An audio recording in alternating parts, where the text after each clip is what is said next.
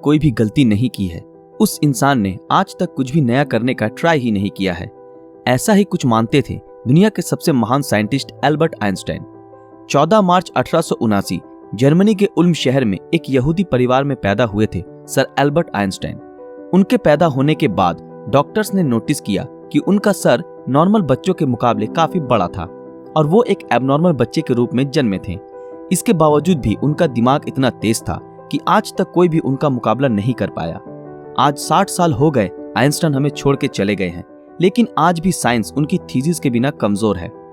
तो यही वजह है कि हर कोई उनके दिमाग के बारे में जानना चाहता है कि आखिर उनके ब्रेन में ऐसा क्या था जो कि उन्हें इस मुकाम तक लेकर आया कि आज उन्हें दुनिया भर में ग्रेटेस्ट साइंटिस्ट के नाम से जाना जाता है। क्या उनके ब्रेन में कोई सुपरनैचुरल पार्ट्स थी? तो आज हम इस वीडियो में इसी विषय के ऊपर चर्चा करेंगे।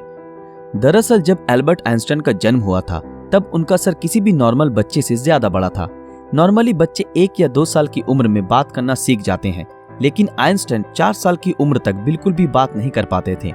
मगर एक दिन जब वो अपने माता पिता के साथ रात के खाने पर बैठे थे तो अचानक आइंस्टाइन ने कहा, सूप बहुत ही गर्म है। अपने बेटे को इस तरह एकदम साफ बोलता सुन उनके पेरेंट्स हैरान हो गए और खुश भी हुए। लेकिन बाद में जब उनसे पूछा गया कि अब तक तुम क्यों कुछ नहीं बोलते थे, तो आइंस्टाइन ने अजीब से जवाब दिया कि अब तक तो सब कुछ सही था। आइंस्टाइन के जीवन से जुड़े अजीबोगरीब किस्से यही नहीं रुके, बल्कि उनके बड़े होने पर भी उनकी कई ऐसी आदतें थी जिनके बारे में सुनकर हर कोई हैरान रह जाता है। जैसे कि एल्बर्ट आइंस्टाइन को डेट्स और फोन नंबर याद रखने में प्रॉब्लम होती थी, यहाँ तक कि उन्हें खुद का टेलीफोन नंबर भी याद नहीं रहता था। एक बार उनके एक सहकर्मी ने उनसे उनका फोन नंबर मांगा तो आइंस्टाइन उनके पास रखे टेलीफोन डायरेक्टरी में अपना नंबर ढूंढने लगे। ये देख के सहकर्मी ने चकित होकर बोला, आप अपना खुद का फोन नंबर क्यों याद नहीं रखते? तो आइंस्टाइन ने उनको कहा कि किसी ऐसी चीज को भला क्यों मैं याद रखूं जो मुझे किताबों में ढूंढने से मिल जाती है। आइंस्टाइन कभी भी जूतों के अंदर मोजे नहीं पहनते थे, क्योंकि उनकी टांगों की उंगलियां इतनी बड़ी थी कि बचपन में हमेशा टांगों की उंगलियों की वजह से मोजे में छेद हो जाते थे। इसलिए उन्होंने मोजा पहनना ही छोड़ दिया। यहाँ तक कि वो अपने जूतों के फीते भी दूसरों से बंधवाते थे, क्योंकि उन्हें जूते के फीते बांधना भी नहीं आता था। दोस्तों, आइंस्टाइन हमेशा कहते थे कि मेरे अंदर कोई खास चीज नहीं है, पर मैं तो केवल एक ऐसा इंसान हूँ जिसमें क्यूरियोसिटी कूट कूट कर भरी हुई है। लेकिन आपको ये जानकर हैरानी होगी कि आइंस्टाइन हमेशा से इतने बुद्धिमान नहीं थे, बल्कि वो बचपन में पढ़ाई में बहुत ही कमजोर थे। इसलिए बचपन में उनकी गिनती बेवकूफ बच्चों में की जाती थी। उनकी कुछ हरकतों की वजह से उन्हें कुछ लोगों ने तो शारीरिक रूप से विकलांग कहना भी शुरू कर दिया था। खास करके आइंस्टाइन के टीचर भी उन्हें पसंद नहीं करते थे, क्योंकि वो सिर्फ साइंस और मैथ के अलावा हर सब्जेक्ट्स में फेल होते थे और बचपन से ही आइंस्टाइन को किताबी ज्ञान में कोई रुचि नहीं थी। हालांकि इसके बावजूद भी उन्होंने दुनिया के सामने साइंस की कई ऐसी थीसिस पेश की जिसके बिना आज भी साइंस कमजोर है, और यही वजह है कि उनका दिमाग आज भी चर्चा का विषय बना हुआ है।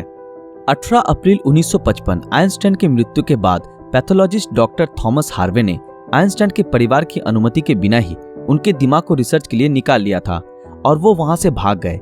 इस हरकत के लिए डॉक्टर हार्वे को नौकरी से निकाल दिया गया, लेकिन उन्होंने कहा कि ऐसा उन्होंने सिर्फ रिसर्च के लिए ही किया है और वो वादा करते हैं कि वो आइंस्टाइन के दिमाग पर रिसर्च जरूर करेंगे ताकि आने वाले समय में इससे साइंस और साइंटिस्ट दोनों को ही कुछ फायदा हो सके।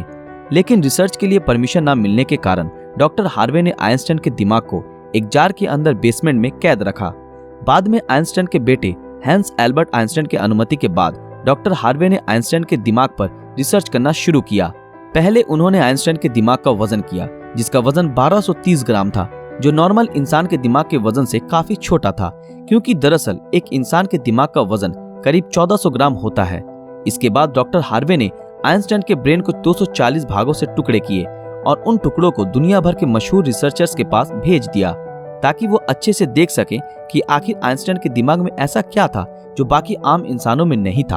और उसके बाद डॉक्टर हार्वे ने आइंस्टाइन के ब्रेन टिश्यूज के 1000 माइक्रोस्कोपिक स्लाइड्स बनाए, जिससे आइंस्टाइन के दिमाग की अच्छी तरह से जांच हो सके।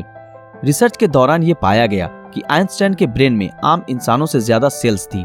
आइंस्टाइन के दिमाग का सेरिब्रल कॉर्टेक्स नाम का हिस्सा एक आम इंसान के दिमाग के मुकाबले काफी अलग था। दरअसल ये सेरिब्रल कॉर्टेक्स दिमाग का एक जरूरी हिस्सा होता है जो सबसे जटिल दिमागी प्रोसेस के लिए मेन फैक्टर होता है, और यही ऐसा हिस्सा होता है जो अजीबोगरीब तरीकों से विकसित होता है। और साइंटिस्टों का मानना है कि यही वजह थी कि उनका दिमाग बहुत ही असाधारण सोचता था। जब साइंटिस्टों ने आइंस्टाइन के ब्रेन को फर्दर एग्जामिन करना शुरू किया तो वो बिल्कुल हैरान रह गए कि उनके ब्रेन में रिंकल पैरिएटल ओपेरिकुलम मिसिंग है, जिसके कारण उनके ब्रेन की पैरिएटल लोब का साइज नॉर्मल ब्रेन से 20% ज्यादा बड़ा था।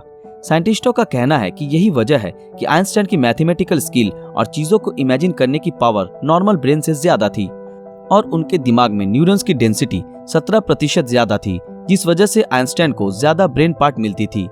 साइंटिस्ट के मुताबिक इसी वजह से आइंस्टाइन का कंसंट्रेशन और दूरदर्शिता औरों से कई ज्यादा था।